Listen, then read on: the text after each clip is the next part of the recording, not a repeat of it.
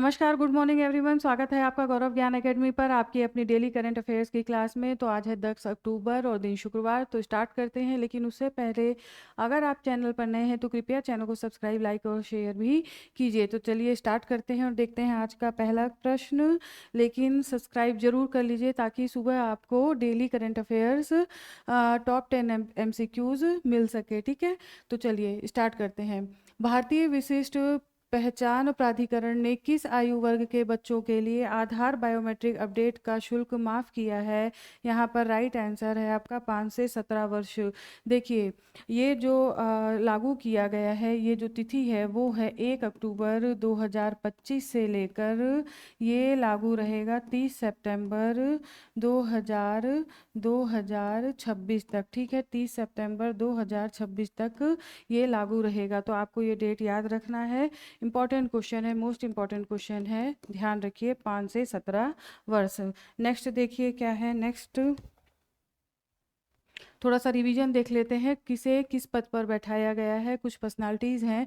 तो TCA कल्याणी, इन्हें CGA के पद पर बैठाया गया है, महालेखा नियंत्रक। ठीक है, महालेखा नियंत्रक, जो कि वित्त मंत्रालय के व्यय विभाग के अंतर्गत आता है। ठीक है, वित्त मंत्रालय के व्यय विभाग के अंतर्गत आता है। चूंकि ये एक महिला है इसलिए यहाँ पर ये प्रश्न इम्पॉर्टेंट हो जाता है, ये प्रश्न पूछा जा सकता है। नेक्स्ट देखिए, अनुतिन चारनवीरकुल, इन्हें थाईलैंड का प्रधानमंत्री निर्वाचित किया गया है। निर्वाचन इनका हुआ है थाईलैंड के PM के रूप में। नाम ध्यान रखिए।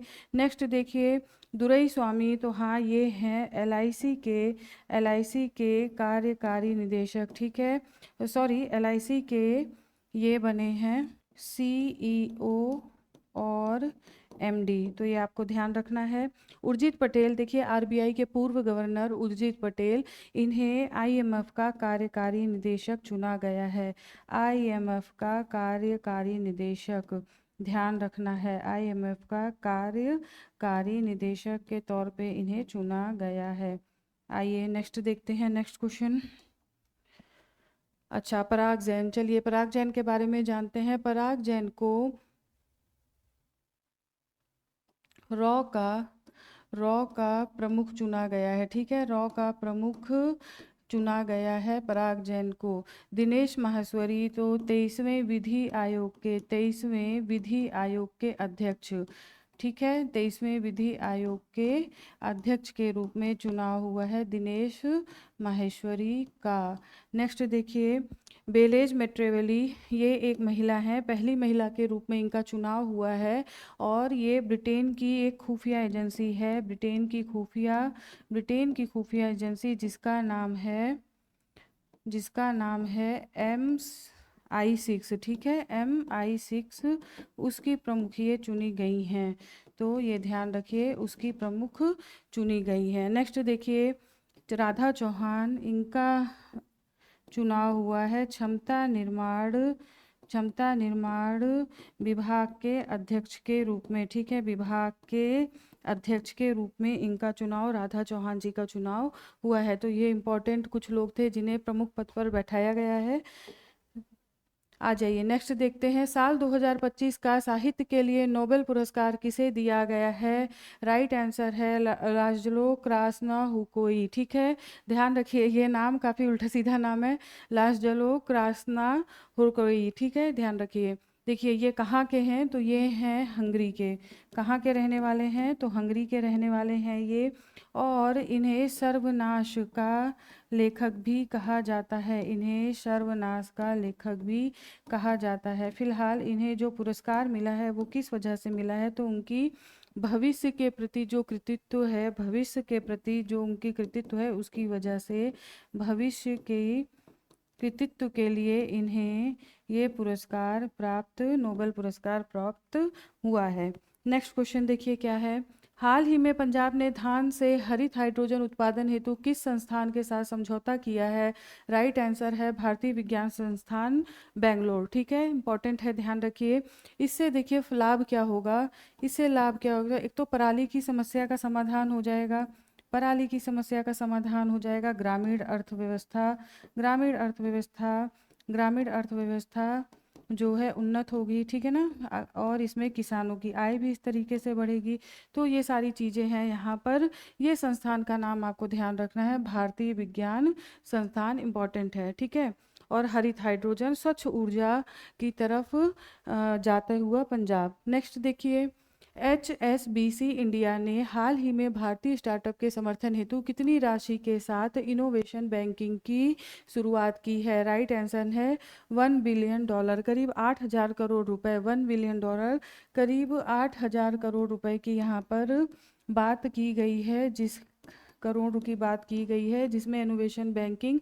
देखिए इससे क्या है, जो भारतीय स्टार्टअप है, छोटी कंपनियां हैं, अगर वो कोई स्टार्टअप स्टार्ट करना चाह रही हैं, कोई स्टार्टअप है उनका, तो उसमें ये आर्थिक सहायता HSBC के द्वारा दी जाएगी। ये टोटल कहानी है। तो दोनों ही ध्यान रखिए आप, $1 बिलियन के साथ साथ HSBC और इनोवेशन बैंकिंग, ठीक है, ये दोनों चीज़ आपको ध्यान रखना है। आ जाइए नेक्स्ट क्वेश्चन देखते हैं। हाल ही में 12,000 वर्ष पुराना मानव चेहरे वाला स्तंभ किस देश में खोजा गया है? राइट आंसर है यहाँ पर तुर्की, ठीक है। देखिए ये पिक्चर देख लीजिए, तुर्की, और ये मेनली देखिए नवपाषाणकालीन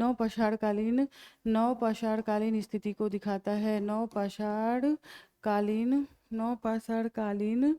ठीक है, नवपाषाणकालीन स्थिति को दिखाता है ये पिक्चर, तो ये ध्यान रखना है। नेक्स्ट देखिए, चलिए थोड़ा सा तुर्की का मैप देख लीजिए।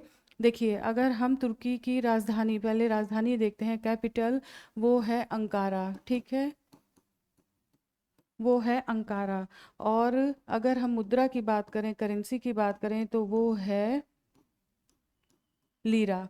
ये हो गया आपका। अब सीमावर्ती देश देख लेते हैं। सीमावर्ती देश देखिए, सबसे पहले ऊपर देखिए ब्लैक सी, और यहाँ पर हो गया मेडिटेरियन सी, ठीक है। एक यूरेशियाई देश जिसकी सीमा आप सबसे पहले यहाँ पे देखिए जॉर्जिया से लगती है, फिर आर्मेनिया से, ईरान, इराक, सीरिया, सीरिया के बाद देखिए यहाँ पर आपका आ गया बुल्गारिया, ये हो गया ग्रीस।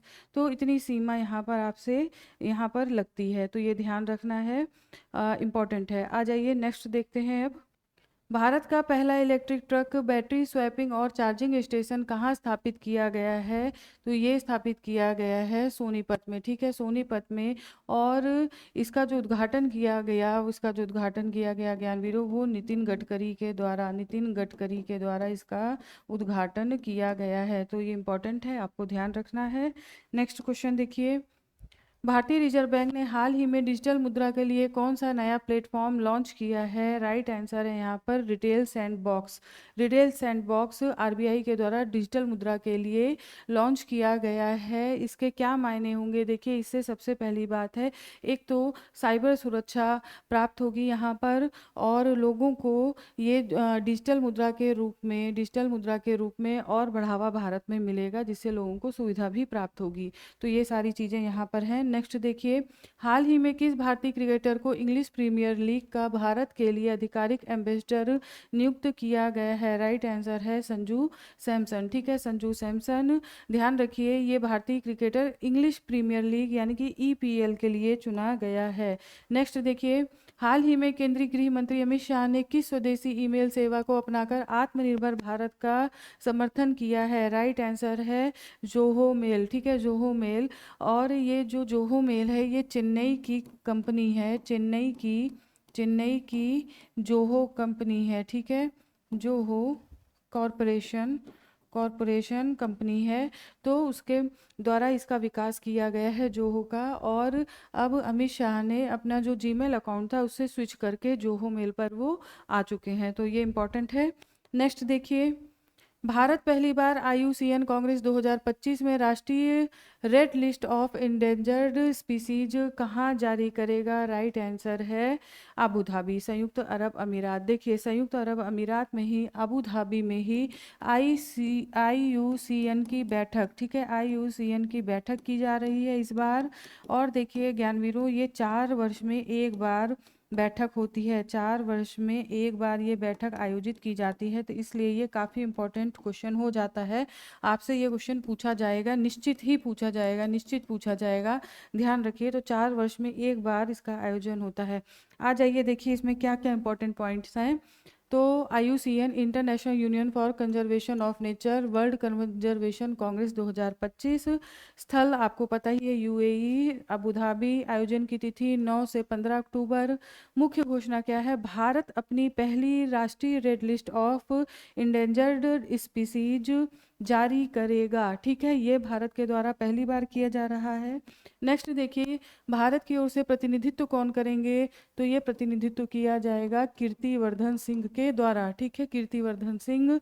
IUCN की स्थापना वर्ष 1969। भारत भी इसी समय से सदस्य राष्ट्र के रूप में IUCN का सदस्य बना। पिछली कांग्रेस का आयोजन कहाँ पर हुआ था? तो वो हुआ था फ्रांस में 2021 में। थीम इस बार की देख लीजिए, 5 थीम है: संरक्षण, जलवायु, समानता, नवाचार, प्रकृति, पॉजिटिव, अर्थव्यवस्था। तो ये इतनी चीज़ें हैं यहाँ पर, ध्यान रखना है। तो ज्ञानवीरों देखिए, आज का आपका करंट अफेयर कंप्लीट होता है। फिर आपके सामने कल उपस्थित होती हूँ कुछ महत्वपूर्ण अपडेट के साथ। तब तक स्वस्थ रहिए, मस्त रहिए, पढ़ते रहिए। धन्यवाद। आपका दिन शुभ।